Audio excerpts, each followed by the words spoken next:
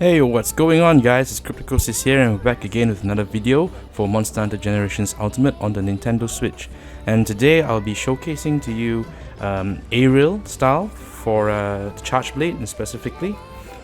I won't go into much details on how to use the Charge Blade, that will be in a separate video as the Charge Blade is a lengthy weapon to learn because there are so many moves and so many variations for the weapon itself.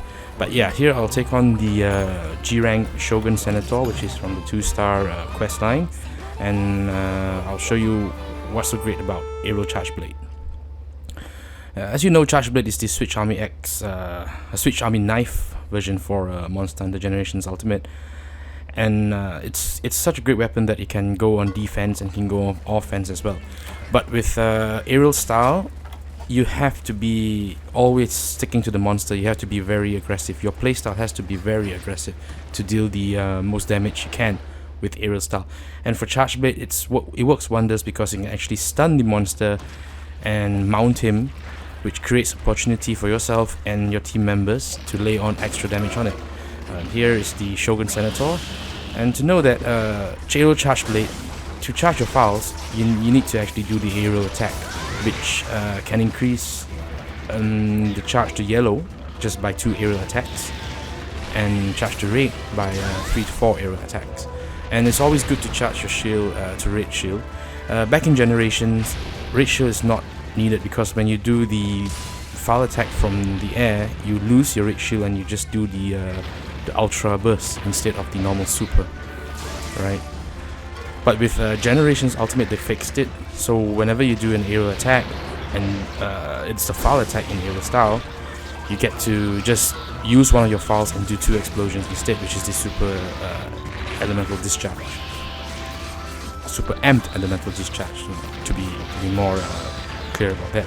But yeah, so aerial style, it's not for everyone, but if you can actually master it really well, you can actually dodge through attacks with aerial. If you time it right, and the monster hits you and you do the aerial vault, you vault off the monster instead of taking the damage. And as you can see here, I sort of delayed my file burst, but yeah, I whiffed on the monster's head because he suddenly moved back. But you can do a delay move, a delay aerial file attack, by jumping off the monster in X mode, and just right before you hit the ground, you aim at his head like so. See, I got a stun off there. Obviously, mounting will come first before stun, and if you actually mount the monster and you stun him, the mount will not be counted as a mount, but the threshold will increase. So you should always try to mount the monster first before trying to stun him to score a KO. And don't get me wrong, Hammer is still the best king. It's still a king of KO. It's still the best weapon to KO monsters with. But with Charge Blade is an additional, benefit for you to charge to stun monsters, right?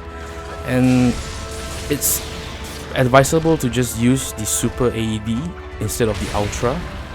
By doing the ultra, you need to be in red shield and press X and A when you walk off the monster to release all your files and your red shield. It will deal a lot of damage, but in the long run, it's better just to do the super AED just by pressing A, right? Yeah. So aerial Charge Blade is great. You can, as I said, you can walk off monsters if you time it right. You can delay the explosion, aim for the head, and this is what we call head sniping. And you can actually block most attacks in red shield, in sword and shield mode, like so. But it's a slow weapon because it actually has to morph into axe and morph into sword and shield. So if you're not used to it, you need to practice the gut points where you can actually morph straight away. Obviously not all attacks can be gut pointed at, but if you have the skill gut up, it will help you with the recoil and the stamina loss. Yeah.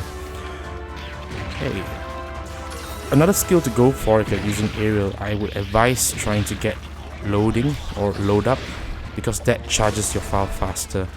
You see, you have to waste time vaulting off the monsters and swipe down to actually get a charge. But with load up on the yellow charge, you get to charge all 5 of your files instead of 3.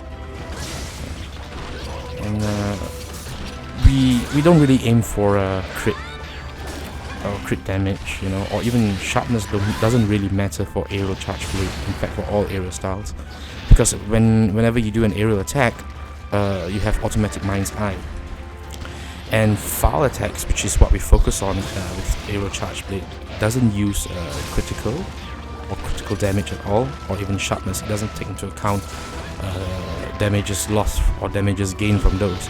So the only thing that really matters is the raw attack of your weapon, and if you have artillery skill plus feline bombardier, if you have artillery novice. If you have artillery expert, then you can forgo feline bombardier and probably get another utility skill from your foot buffs, right?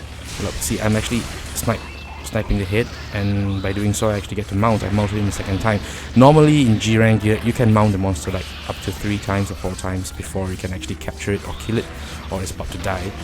But yeah, so this is a low rank G rank monster. It's a low end G rank monster, so you just mount it twice. I think that's the max you can mount it before it actually dies. Yeah, and Charge Blade is really good for breaking parts, for using its foul attacks, and the best part is you can actually chop off tails with the foul attack because it counts as a cutting damage, you know? And you have to go for impact fouls if you're aiming for foul damage.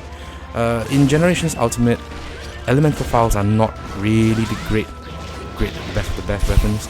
I mean, due to the fact that certain weak spots for monsters are hard to reach, elemental weak spots for monsters are hard to reach, so we just go for impact foul for the maximum and to maximize damage, as much damage as you can. Right. Yeah, so I can see I can actually manage to kill this Shogun in like 5 minutes or less. I'm not a speedrunner, but it could potentially be pretty good speedrun material if you aim right, you know, and your basic setup is all perfect, your skills are all perfect. But yeah, do give Aerial Charge Blade a try if you're interested. I'll be coming out with a video soon or in the near future using how to use Charge Blade efficiently, specifically how to use Aerial Charge Blade efficiently. But yeah, thank you so much for watching, and that's the end of my video, a showcase for Aerial Charge Blade on Monster Hunter Generations Ultimate Nintendo Switch. This is Cryptocosis signing off. If you like my video, do give it a like and do leave a comment on how to improve the quality of video or the quality of the way I speak, or more content, or maybe I should cover more things in future. Yeah, thank you very much for watching. Peace out and happy gaming, guys.